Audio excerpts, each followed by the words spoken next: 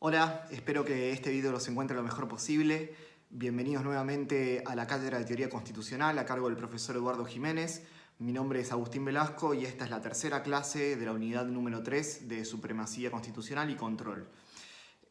A quienes no vieron las clases anteriores, por supuesto les sugiero que las vean. Estamos dividiendo las explicaciones en videos de 10-15 minutos. Y en la última clase habíamos visto las implicancias y los alcances de la supremacía constitucional y habíamos dicho que, entendida como jerarquía, la supremacía implicaba de alguna forma que la Constitución se aloja en la cúspide de esta pirámide del sistema jurídico y que todas las normas que se subordinan a ella tienen que respetar los principios, derechos y garantías allí verificados. Dijimos también, o por lo menos lo mencionamos, que a partir de la reforma constitucional de 1994 se otorgó jerarquía constitucional a una serie de instrumentos internacionales, dicho de forma coloquial, por ahora podemos decir tratados. Lo cierto es que no solo son tratados, sino que hay una serie de distintos instrumentos, podemos decirle por ahora tratados, luego vamos a ver cuál es la distinción entre ese tipo de instrumentos que tienen jerarquía constitucional, ¿sí?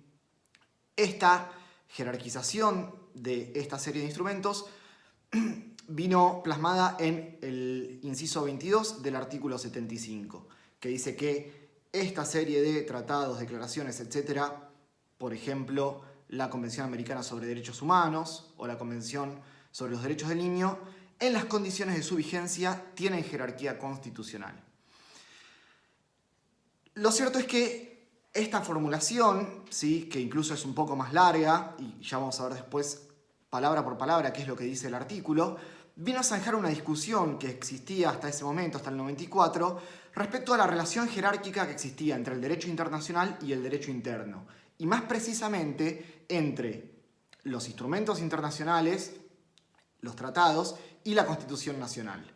Es decir, si bien esto parece estar claro con la formulación del artículo a partir del 94, más allá de que vamos a ver que no es tan claro y admite algunas interpretaciones diversas, hasta ese momento la cuestión era menos clara aún porque ese artículo no estaba y la discusión estaba entonces: el derecho internacional y el derecho interno están en planos de subordinación, la Constitución Nacional a los tratados, o viceversa, o hay un plano de igualdad. Esa era la discusión. Como no había, por lo menos, un artículo que en los términos del artículo 75, inciso 22, lo explicara de esa manera, sí teníamos el artículo 27 o el artículo 31, pero que no tienen este tipo de formulación, sucedía lo que sucede cada vez que hay una regla que no está escrita o por lo menos que no está postulada con los alcances más precisos que pueden existir. Es decir, hay que interpretar. Y en nuestro sistema, los encargados o el órgano o el poder encargado por excelencia de hacer la interpretación de las leyes y de la Constitución es el Poder Judicial. Entonces lo que vamos a ver en este video, en esta pequeña clase, es cuáles fueron las distintas etapas que la interpretación del Poder Judicial y particularmente de la Corte Suprema de Justicia de la Nación, que es el máximo órgano del poder y por supuesto el máximo órgano interpretativo, tuvo en el desandar de esta relación entre el derecho interno y el derecho internacional. Es importante aclarar que todo lo que vamos a ver en esta clase, ustedes lo tienen que estudiar también a la luz de lo que van a ver en la unidad número 5, que hace hincapié en la cuestión del derecho internacional. Nosotros vamos a mencionar una primera etapa en la interpretación de la Corte, que se inicia en el año 1963, en el fallo Martín y Compañía, Sociedad Anónima Limitada contra Administración de Puertos, donde se planteaba una colisión entre dos instrumentos. Una era un decreto ley de 1958 y el otro era un tratado de comercio y navegación hecho con Brasil 15 o 20 años antes, en 1940, ¿sí? En este caso, la Corte sostuvo que los tratados internacionales y las leyes de la nación se encontraban en igualdad jerárquica, ¿sí? Entonces, en 1963, la Corte plantea una igualdad de jerarquía entre el derecho internacional y el derecho interno, o concretamente entre las leyes de la nación y un tratado de comercio y navegación. Lo que hace la Corte acá es una interpretación literal de nuestro artículo 31 que mencionamos en la clase anterior, que habla de la Constitución y los tratados sin hacer ningún tipo de distinción o escalonamiento, ¿sí? Acá la Corte sigue el modelo norteamericano, que tiene una norma similar a nuestro artículo 31, que ellos llaman el Supremacy Clause, la cláusula de supremacía, ¿sí? Con este razonamiento, partiendo de una igualdad de jerarquía, la Corte llegó a la conclusión de que las normas posteriores derogan a las anteriores, ¿sí? Y esta es una conclusión que admite una crítica importante, ¿sí? Porque esto de alguna forma, ustedes podrían decirme, viola las normas más elementales del derecho de gentes, que dice que una vez que los estados forman pactos, hay que respetarlos, hay que cumplirlos. Entonces, ¿qué pasa? ¿Una ley posterior interna puede derogar un tratado anterior? Bueno, a esa fue la conclusión que llegó la Corte acá. Esto, por supuesto, resulta muy discutible porque hoy, digamos, 60 años después, podemos decir que un tratado en todo caso, una norma interna en todo caso, viola o incumple un tratado, pero difícilmente pueda modificarlo. La segunda etapa se inicia en el año 1992 con un fallo importante. Ustedes lo van a ver no solo ahora en teoría constitucional, sino en derechos humanos, que es el fallo Ekmejian contra Sofovich sobre recurso de hecho, repito, del año 92. Los hechos del caso, muy brevemente resumidos, podemos decir que en un programa de televisión donde se encontraba Sofovich y el escritor Dalmiro Sanz, este último había hecho unos comentarios a modo de chiste sobre la Virgen y otras figuras religiosas que habían sido considerados ofensivos por Ekmejian.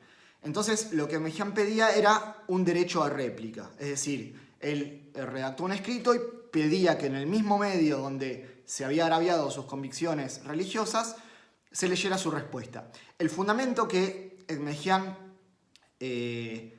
argumentaba para sostener este pedido era el derecho a respuesta o rectificación previsto en el artículo 14 de la Convención Americana de Derechos Humanos, ¿sí?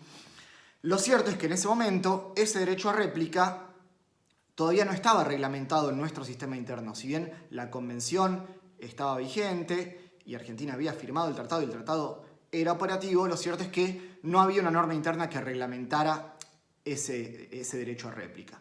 Entonces acá, esto es importante explicarlo porque a veces es difícil de entender, no hay una colisión entre un instrumento de derecho internacional y un instrumento de derecho interno, sino que más bien la colisión sería entre un instrumento de derecho internacional y un no instrumento, es decir, la falta de reglamentación en el derecho interno de ese derecho a réplica.